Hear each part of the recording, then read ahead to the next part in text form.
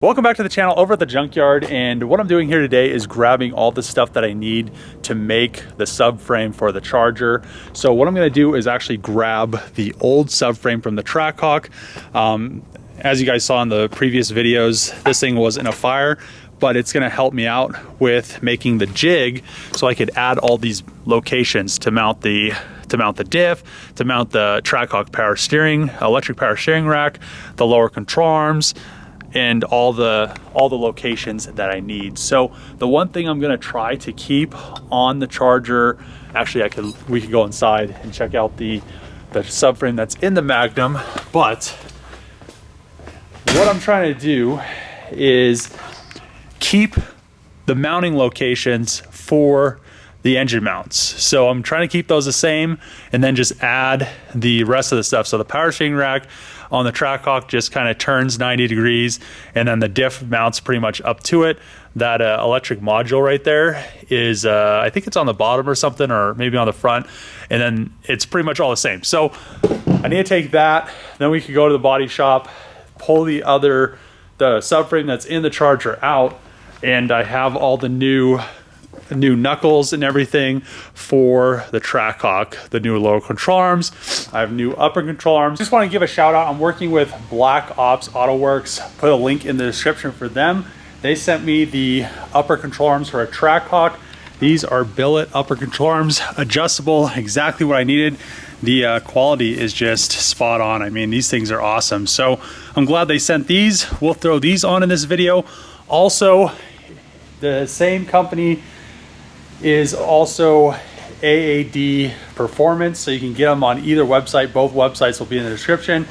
Then all of the factory Trackhawk lower control arms, knuckles, all that stuff, including all the body panels I got.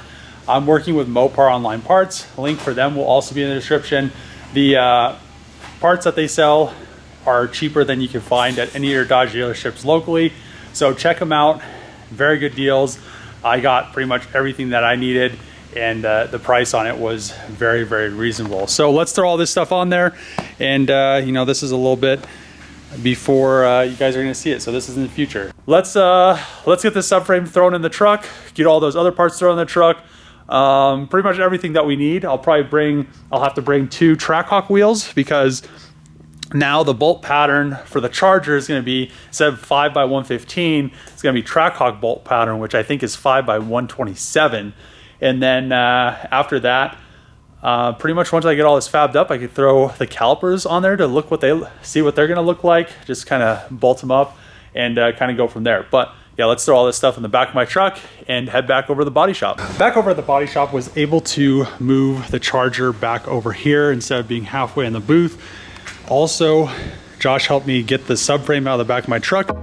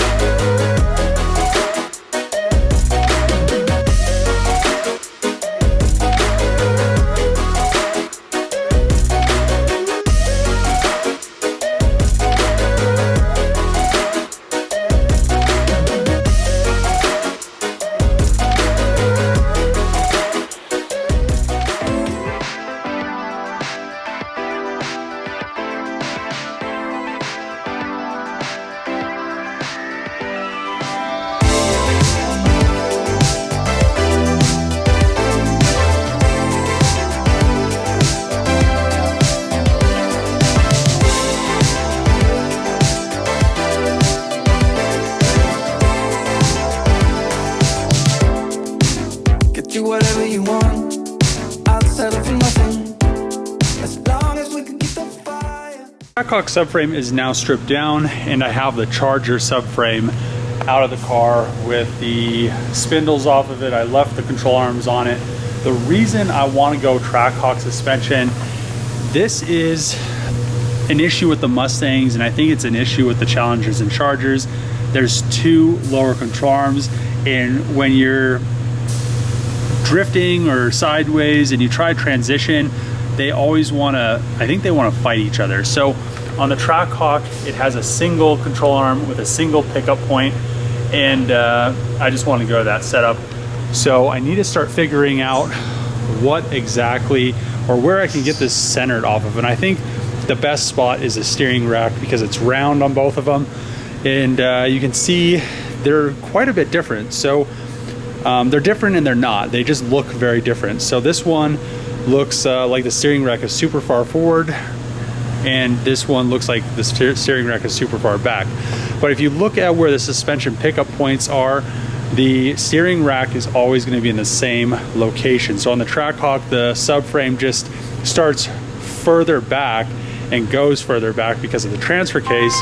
I talked with Josh and we kind of came up with an idea, and then I kind of went and got a bunch of parts, and then I came up with another idea. He was saying that the best thing to do would probably be to bolt the original Charger subframe into the car, and then I thought about it because I was going to do all kinds of crazy stuff, make it probably more complicated right now than it should be. But what I'm going to do is I'm going to re-bolt this back in, bolt the engine to it, mount the tranny up where it should be. Then I have the drive shaft, I have the front diff. I'm going to end up cutting the bottom piece off of here, so everything that I need for the lower control arms and the diff mounting is all in this bottom part of this subframe. So if I just cut it all off of that, I'll have all the lower control arm mounting, diff mounting, and then I'll bolt the lower control arms and the diff into it, use a jack it up, bolt the drive shaft from the transfer case to the front diff, which will give me my distance from the transfer case to the front diff, which should center the lower control arms. I'll just have to measure them probably from the centers of each back wheel, or find a point and measure, and then just tack everything in. But let's go grab all the stuff out of the truck and just begin this.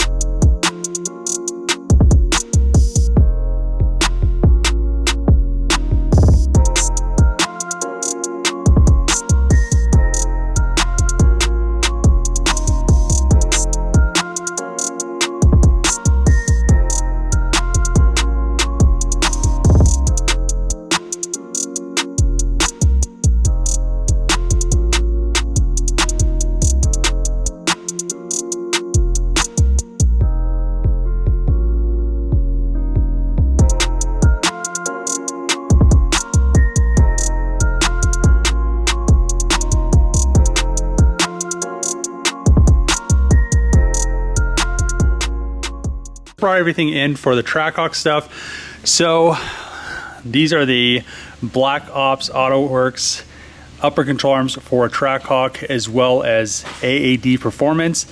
But yeah, I really love the quality of these. We'll throw these on in a second.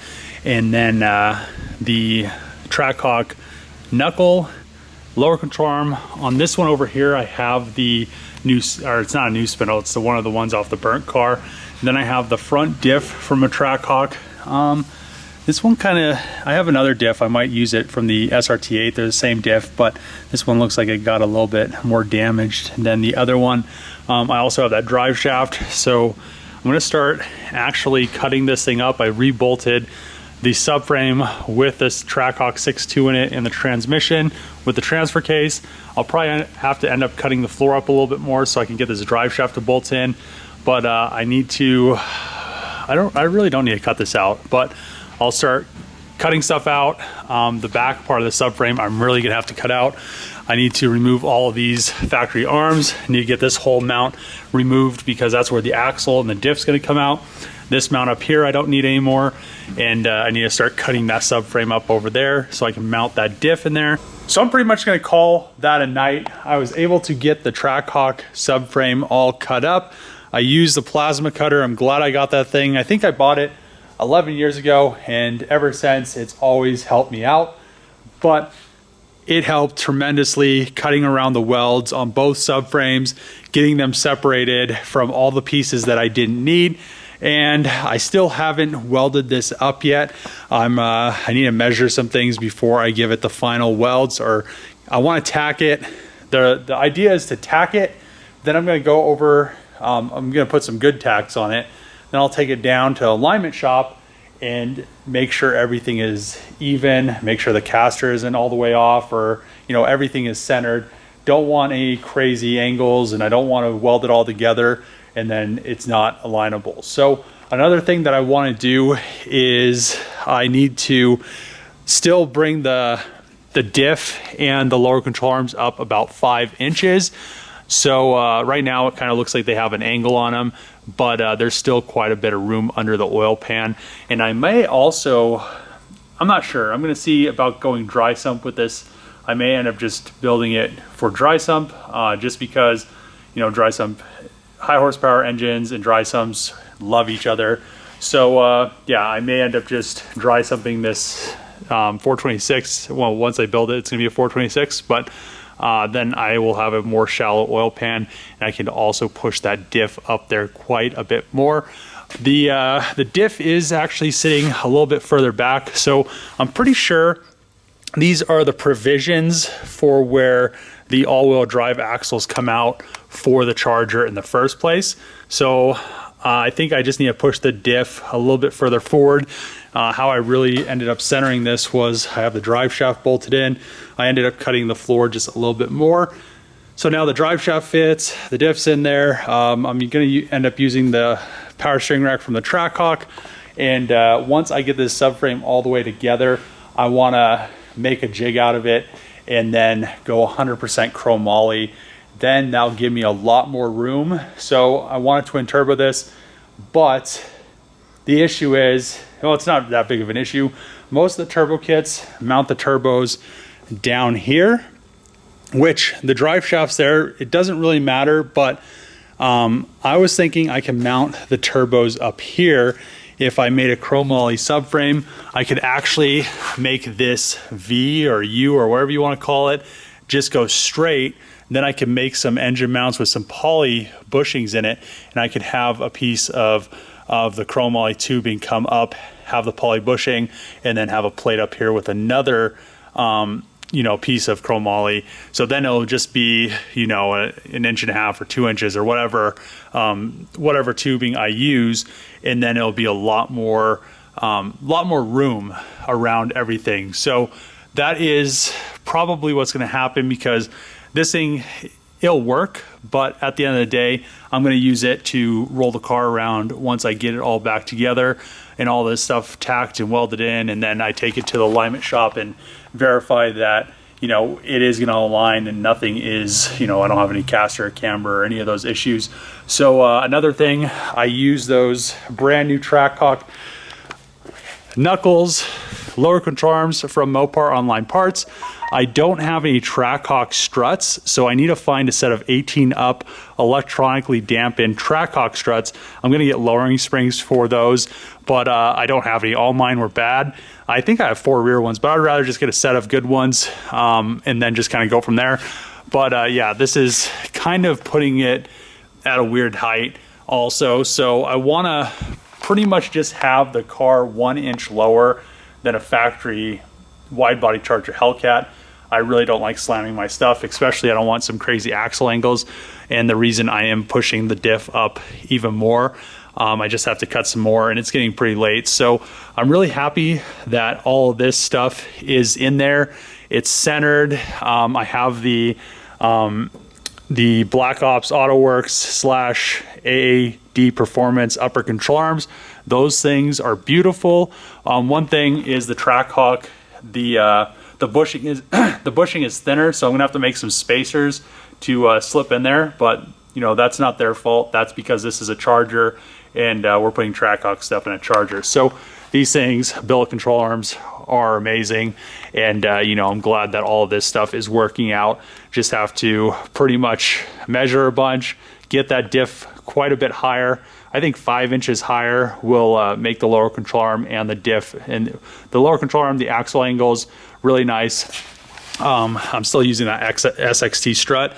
Another thing I want to do is back here on the Trackhawk, it actually ties in to the unibody. So this back of the subframe ties in, but on the Charger, there isn't a spot for it. So what I'm gonna end up doing is when I make the tubular subframe, and probably I'll tie it into this one, but I'm gonna use these 2 bolt holes on each side, make a plate, then have a piece of tubing come up, pretty much kind of tuck in here, and then just connect back here, and then I'll go across to tie in the lower control arms to give it some rigidity, because I don't want to have any issues. The lower control arms are so beefy, I'm never gonna have to worry, and the knuckles and the upper control arms, all the rear suspension, I'll never have to worry about this thing breaking on launches, because this stuff literally, the Trackhawk was in a wreck and on fire, and those control arms weren't even broken. Like that one just ripped the bushing out of it. So I'm getting pretty excited, because this is almost pretty much all-wheel drive. Once I have, well, technically the diff's in there, the drive shaft's connected, the tranny's in there, transfer case. Technically it's all, you know, pretty much bolted in. Technically it's all-wheel drive, but I can't wait till it's all welded up and we have the chrome moly subframe in there. But yeah, we're making some good progress on this thing. I thought I was gonna get a little bit further. I actually thought I was gonna get all this stuff welded up, but then I had the subframe blasted because it was just charred and oily and all kinds of stuff. And then I, you know, plasma cutting, and I had to go grab a bunch of stuff. Kept having to go grab stuff. I was gonna throw a Trackhawk wheel on there, and then my tire machine wouldn't actually mount the tire. So I was gonna use a tire from the Hellcat on the Trackhawk wheels, and they look super sick with the lower profile tires, but because they have the little ridge, so you can't debead the tire, or so it doesn't debead when you're cornering very hard in a Jeep and an SUV. I couldn't get it to go back on. So and tomorrow's Thanksgiving, so nobody is open. I went over to the tire shop and they're already closed at 4 p.m. So that's we'll just have to wait till Friday. I can't wait to get those tires mounted. Can't wait to have this rolling on Trackhawk wheels. I need to find some Trackhawk struts with the electronic dampening. I just need to find a set of 4. So if you guys know of any, DM me on Instagram, and then we can just get this moving along a little bit, get this moving forward a little bit quicker. And then once this subframe and the floor is finished, which I was very surprised that you guys are probably gonna think the floor is super cut up, but the drive shaft by the gas pedal barely is in there. So there's actually an inch gap right now, which I'm gonna do 3 inches, and then it's still gonna not interfere with the gas pedal. So that was something I was very worried about, but luckily enough, we don't have to modify the gas pedal or anything like that. So getting close. I can't wait once this is done, start the roof. Once the roof's done, the mold's made, we can paint the car, and just kind of go from there. But I'm going to end the video here. If you like these videos, make sure to click the subscribe button, throw a thumbs up, throw a comment below, share it with your friends. As always, see you guys next time.